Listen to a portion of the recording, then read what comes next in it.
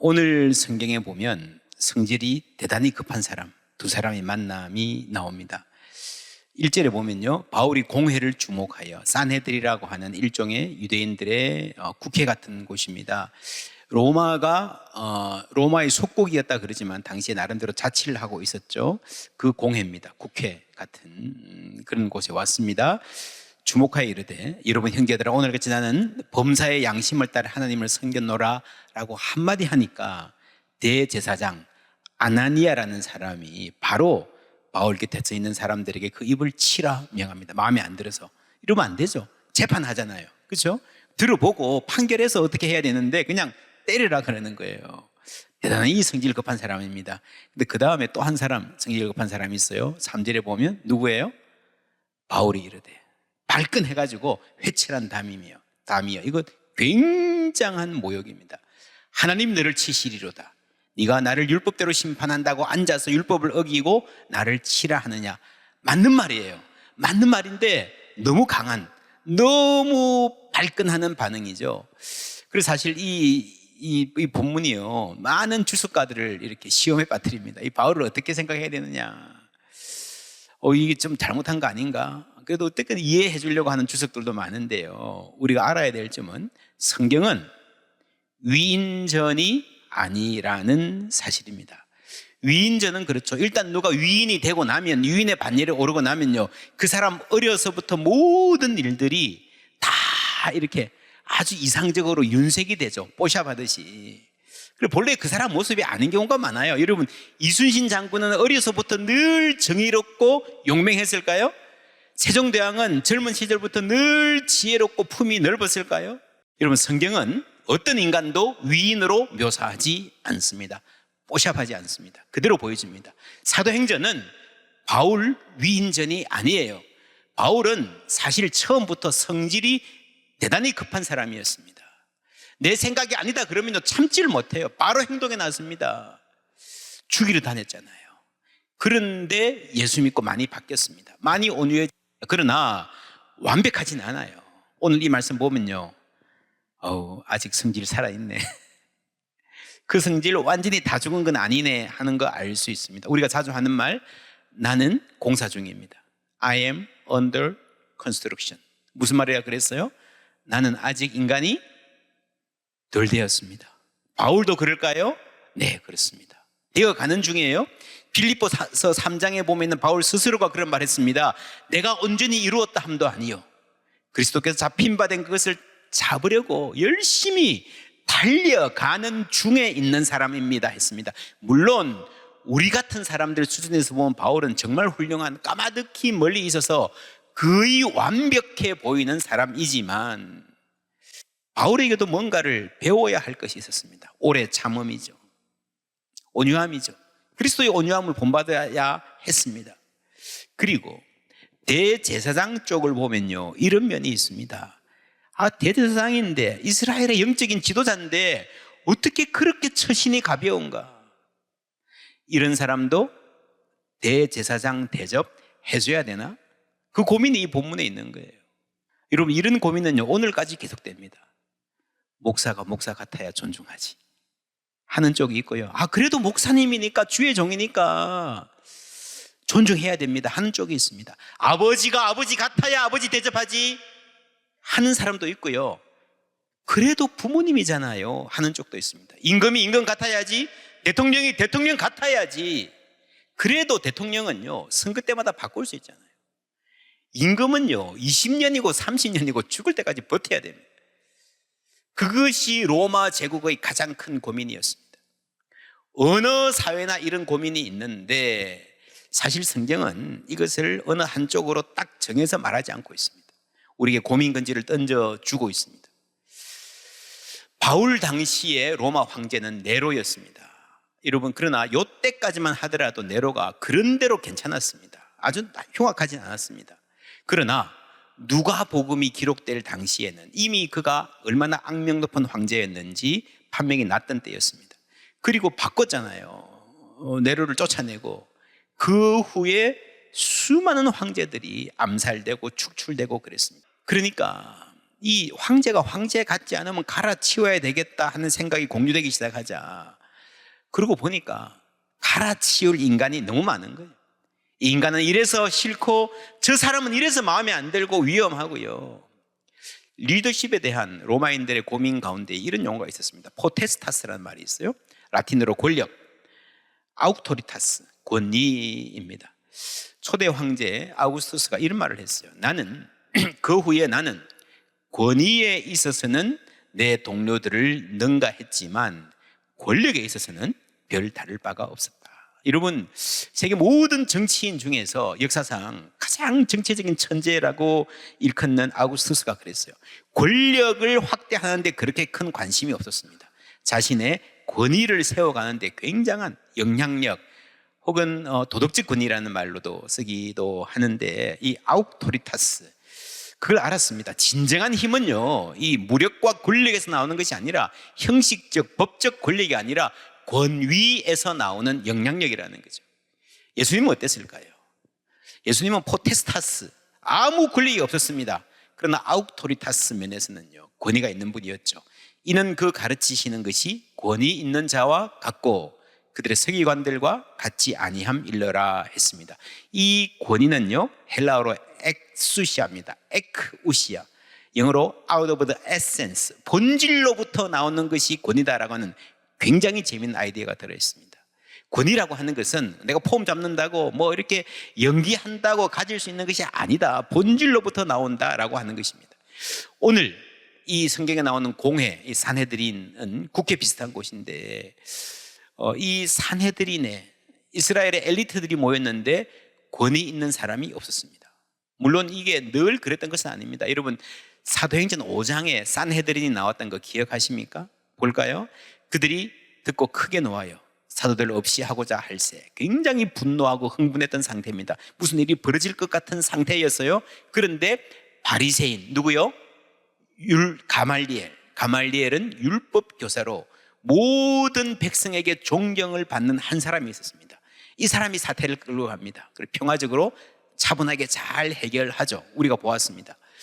여러분, 한 사람, 가말리엘의 아우토리타스가 있었기 때문에, 그 권위 때문에 산헤드린이 극단적으로 가지 않았습니다. 탈무드에 이런 말이 나옵니다. 원로 랍비 가말리엘이 죽자 율법에 대한 존중도 순결도 경건도 함께 죽어버렸다. 한 명의 지도자가 그만큼 중요하다고 당시 사람들도 생각을 했던 것입니다. 당시에 이 산헤드린의 양대 계파, 여러분 미국 국회에 그러면 양당이 있잖아요. 민주당, 공화당 있듯이 사두개파, 바리새파가 있었습니다. 그러니까 우리말로 하면 이 사람들은 종교 지도자이고 정치 지도자인 국회의원들이었습니다. 바울이 그런 말을 하죠. 여기서 내가 이렇게 잡혀 있는 것은 부활이라고 하는 소망이 있기 때문입니다 라고 말하자 그 사이가 쫙 갈라집니다. 바리새인들은요 부활을 믿었거든요. 기대했거든요. 들어볼만 하네 라고 호의적으로 반응하고, 사두개인들은 더 극렬하게 반대하면서 큰 분쟁이 생깁니다. 10절 함께 읽을게요. 큰 분쟁이 생기니 천부장은 바울이 그들에게 찢겨질까 하여 군인을 명하여 내려가 무리 가운데서 빼앗아 가지고 영내로 들어가라 하니라. 찢겨질까, 빼앗아 가지고, 대단히 폭력적이고 긴박한 상황이죠. 여러분 보시면요 16장에 에베소의 군중이 나왔잖아요. 기억하십니까? 그들이 모여서 뭐라고 하는데 태반이나 왜 모이는지 모르겠더라 하는 혼란스러운 군중, 그리고 22장에 예루살렘 군중도 못지 않습니다. 그냥 사실도 잘 모르고 드로비모가 들어갔다 뭐 이래가지고요 막 사실 확인도 안 하고 죽여라 흥분하는 사람들. 여기까지는 그래도 이해갑니다. 사람이 너무 많으니까, 군중이니까 군중 심리라는 말도 있잖아요.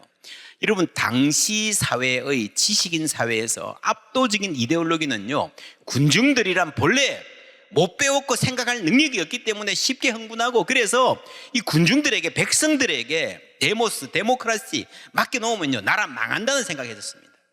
근데 이 공회는 다르잖아요. 70명 엘리트들입니다. 배울 만큼 배운 사람들이에요. 자기들 주장에 의하면 대단히 영적이고 지성적인 유대인들 중에서도 가장 똑똑한 사람들 모아놓은 거예요.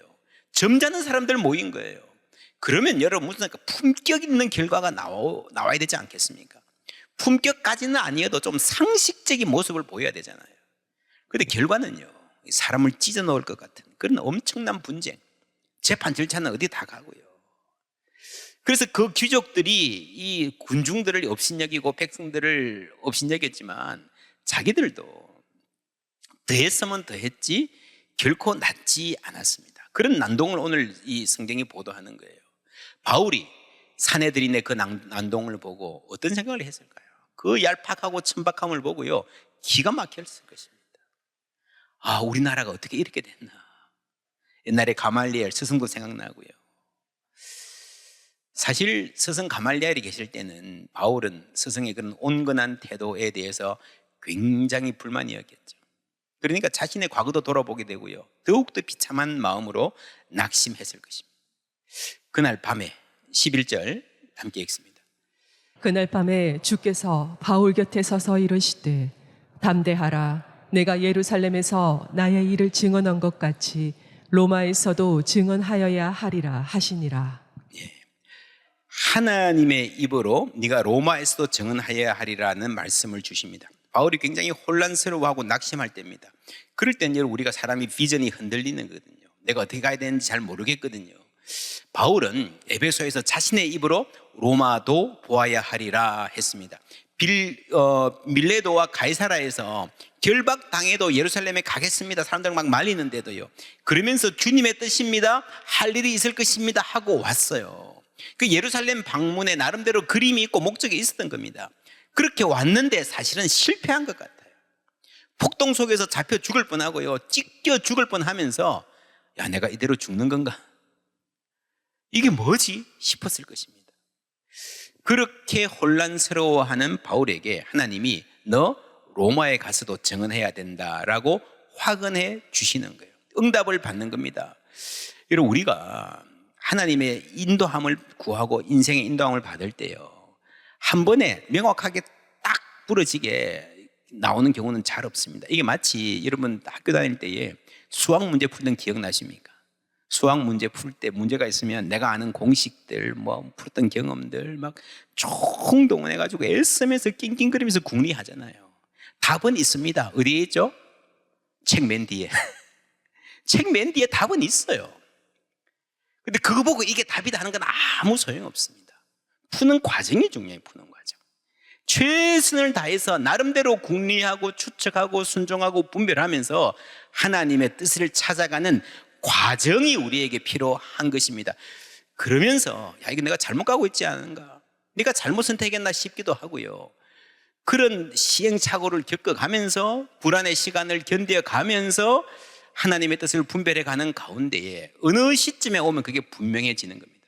바울에게는 지금이 바로 그런 순간입니다. 네가 로마에서도 증언하여야 하리라 하셨잖아요. 그런데 하나님 말씀이 다시 보여주세요. 내가 예루살렘에서 나의 일을 증언한 것 같이라고 말합니다. 로마에 가라. 로마에 가서 무엇 하나요? 예루살렘에서 한 것처럼 하면 돼. 냉? 이게 굉장히 의아한 대목이에요. 왜냐하면 바울은 지금 예루살렘에서의 자기 사역이 실패했다고 생각하고 있습니다. 괜히 온 것 아닌가? 예루살렘 성전에서 군중들에게 힘을 다하여 간증했어요. 복음을 전했어요. 그런데 한 사람도 회개하지 않고 폭력과 야유만 돌아왔습니다. 한 번도 기회가 있었죠. 공회에서. 근데 괜히 성질만 드러내고 공회가 막 극도의 혼란에 빠진 것만 접하고 왔습니다. 얼마나 마음이 비참했겠어요. 지금 바울한테 하나님 하시는 말씀이 네가 예루살렘에서 증언한 것 같이, 무슨 말입니까? 하나님이 이걸 인정하시는 겁니다. 이게 꼭 필요한 일이라는 거예요. 참 잘했다는 거예요. 로마 가서도 이렇게만 하라, 이건 네가 해야 된다라고 말합니다. 놀랍지 않습니까? 나는 망했다고 생각하는데 하나님 너 참 잘하고 있다라고 하시는 거예요. 여러분 사업해봐도 그럴 수 있습니다. 열심히 했는데 별 소득 없이 뭐 그냥 접었어요. 내가 이거 왜 했냐 후회되고요, 때로 죽고 싶어요. 그런데 지나고 보면 그때의 경험이 후에 발판이 되는 경우가 많습니다. 나는 별로 재미를 못 봤는데 그 사업 통해서 누군가가 은혜를 입고 누군가가 도전을 받고요, 큰 성장이 일어나는 경우도 있어요. 교회에서 뭘 섬긴다고 하는 것도 그렇습니다. 나는 열심히 일했는데 뭐 사람들 별로 알아주지도 않고, 야 내가 이거 왜 하냐, 이 짓을 왜 하냐, 힘 빠지고요. 근데 하나님은 그거 꼭 해야 하는 일이야 하시는 겁니다. 로마 가서도 했으면 좋겠어. 너 말고 다른 사람들도 너처럼 했으면 좋겠어. 여러분, 그래서 사도행전이라는 성경이 있는 거예요. 너희들도 바울처럼 좀 해봐, 이 말이에요. 나는 스스로 쓸모없는 인간이라 생각하는데 하나님은 너 참 귀하다 하실 때가 있습니다. 누가 맞아요? 하나님이 맞습니다. 여러분, 사역의 의미는 하나님께 물어보십시오. 내 느낌이 아니라 내 인생의 의미 또한 하나님께 물어야 하는 줄 믿습니다. 권위는 엑수시아, 본질로부터 나온다 그랬습니다. 이건 뭐 헬라어의 가장 기본적인 아이디어예요. 좀 더 우리가 깊이 들어가면요, 그 본질이 어디 있는가 하면 내가 가진 성품, 내가 가진 실력, 그거 아니에요. 하나님으로부터 나오는 거예요. 하나님과의 관계로부터 나오는 겁니다. 여러분, 내가 가진 게 아니고요, 진정한 권위는 하나님이 세워주셔야, 리더는 자신이 힘준다고 세워지지 않습니다. 그래서 우리가 리더십이라는 면에서 존경하는 대부분의 인물들은요, 한결같은 분들입니다. 어려워도 타협하지 않는 분들입니다. 힘들어도 포기하지 않는 분들입니다. 어떻게 그렇게 긴 세월 한결같이 살아오실 수 있을까? 나는 저분을 따를래 하는 거잖아요. 근데 여러분, 그럼 실제로 만나보세요. 그런 분들 만나서 실제로 깊이 이야기해보세요. 쉽게 살은 거 아니에요. 포기하고 싶었어요. 타협하고 싶었어요. 근데 그때마다 하나님이 개입하셔서 넘어가게 하시고 그런 거예요. 본질적으로 크게 다른 사람 아닙니다. 바울도 그랬어요. 포기할 뻔했습니다. 넘어질 뻔했습니다. 여러분, 사람이 가벼운 걸로 치면요, 성질 급한 걸로 치면요, 바울이나 아나니아나 큰 차이 없어요. Out of the essence, 본질은요, 하나님과의 관계인 줄 믿습니다.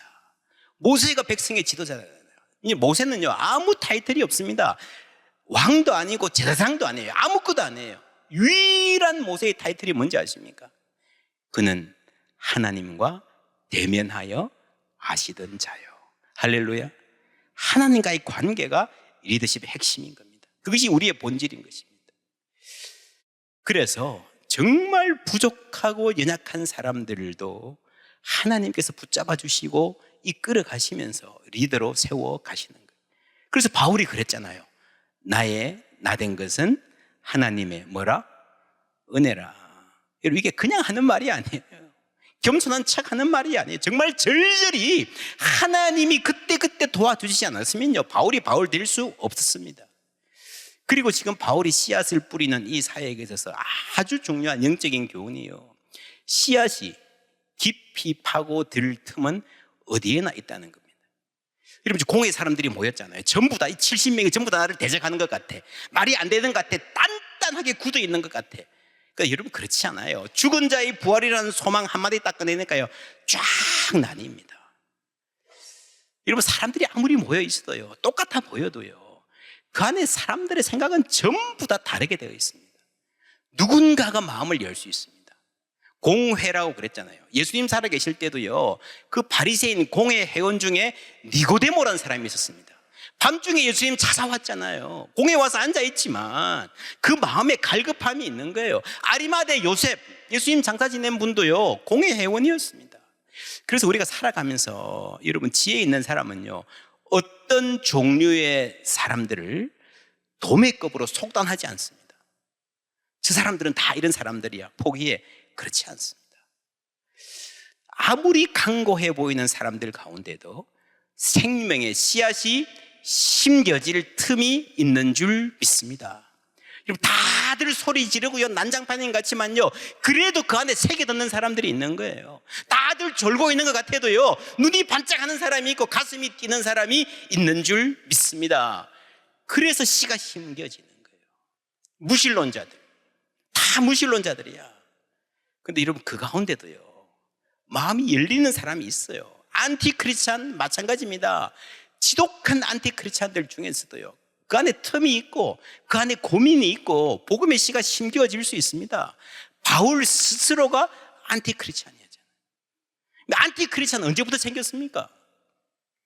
크리스천이라는 말이 생기기 전부터 안티가 있었어요. 유구한 역사가 있습니다. 여러분, 그래서 어떤 경우에도 어떤 사람들을, 어떤 그룹을 도매급으로, 아니야, 여러분, 그러시면 안 됩니다. MZ세대. 여러분 직장에서 MZ세대, 제 MZ야 무슨 말이에요? 대부분요 요즘에는요 자기 것만 챙기고 조직을 위해서 희생할 줄 모르고 그렇게 생각하잖아요. 근데 여러분 자세히 보세요. MZ라 해도 다 달라요. 그중에 우리 어른들보다 훨씬 더 진지하고요 배려심 많은 친구들 많이 있습니다. 혹 그런 태도를 가졌다 하더라도 그 맥락을 우리가 이해해야 됩니다. 반대로 꼰대라는 말도 마찬가지예요. 꼰대라는 말 한마디로 어른들 말 다 닫아버리기에는요 너무너무 괜찮은 어른들도 우리에게 많다고 저는 생각을 합니다. 여러분 지난 수요일에 우리 교육부 미션 나이트 했습니다. 마지막에 우리 오늘 눈물로 한 알의 씨앗을 심는다 함께 찬양 부르는 가운데 하나님 참 큰 은혜를 주셨습니다. 눈물로 씨앗을 뿌리는, 여러분 교회 학교 교사하는 거 쉽지 않잖아요. 특별히 요즘에 아이들이 학교 선생님 말도 잘 안 듣는데, 저도 이 교육부 선생님들 앞에 앉아 계신데 어떻게 하는지 정말 참 볼 때마다 신기합니다. 여러분 기도해 주셔야 됩니다. 한 나라의 내일을 보려면 그 나라의 학교를 봐야 됩니다. 한국이 이만큼 성장했던 것, 저희들 어릴 때 그 시대에 정말 열심히 교육 입국 그러고 했잖아요. 그 헌신적인 선생님들이 계셨기 때문인 줄 믿습니다. 지금의 학교, 지금의 청소년들, 한국 사회에 희망이 있을 것 같습니까? 이 황폐해진 교육 너무너무 심각합니다. 누군가는 희망의 씨를 심어야 될 줄 믿습니다. 교회에서부터 시작해야 됩니다. 진정한 교육에 살아나는 자리는 신앙 공동체입니다. 우리가 이 소망을 가지기를 주님의 이름으로 축원합니다. 바울은 자신이 이렇게 고생하는 것은 자신이 품은 소망 때문이라 그랬습니다.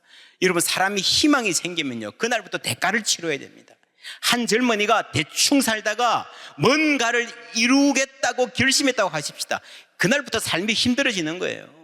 일찍 일어나야 되고요, 친구들 놀러 갈 때 나는 안 갈래 하는 순간도 있어야 되고요, 배운다면 뭔가를 열심히 배워야 되고요, 시간도 돈도 아끼고 절제해야 됩니다. 희망을 가졌다면 대가를 치를 줄 알아야 됩니다. 이제 곧 수능 시험이 있잖아요. 대학 입시 그리고 취업 준비하는 청소년들이 소망의 사람 되기를 주님의 이름으로 축원합니다. 단순히 이번 시험에서 몇 점 더 받는 것, 이 경쟁 사회에서 남보다 한 발 앞서는 것이 목표가 아니라 그걸로 만족하지 않고 진정한 삶의 목표와 소망이 있을 때에 그들의 길을 하나님 인도하실 줄 믿습니다. 하나님 기뻐하시는 삶의 열매가 가득할 줄 믿습니다. 바울이 고민할 때 하나님 나타나셔서 이랬잖아요. 그날 밤에 주께서 바울 곁에 서서 이르시되. 그런데 디모데 후서에 보면 똑같은 말이 나옵니다. 주께서 내 곁에 서서 나에게 힘을 주시면. 그렇죠? 오랜 시간이 지난 후에 이 디모데후서 4장은요 바울의 유언과도 같은 말씀입니다. 기억하는 거예요. 그때 그날 밤 예루살렘에서 내가 정말 인생이 바닥에 있다고 느끼던 날, 나 이제 어떻게 눈물 짓던 그날에 하나님 함께 하셔서 내 곁에 서서 담대하라 말씀하신 그 하나님 기억해 볼 때에 지금까지도 내 인생의 마지막 장인 지금까지도 주께서 내 곁에 서서 힘을 주고 계신다, 현재형으로 말할 수 있는 거예요. 여러분 얼마나 복된 삶입니까? 우리가 살아온 삶의 모든 과정을 통해서 나와 함께 하셨던 하나님, 우리가 간증할 수 있다면, 우리 인생 마지막에 전할 수 있다면 우리는 참으로 그 삶을 잘 살았다고 말할 수 있을 줄 믿습니다. 주께서 내게 되소서.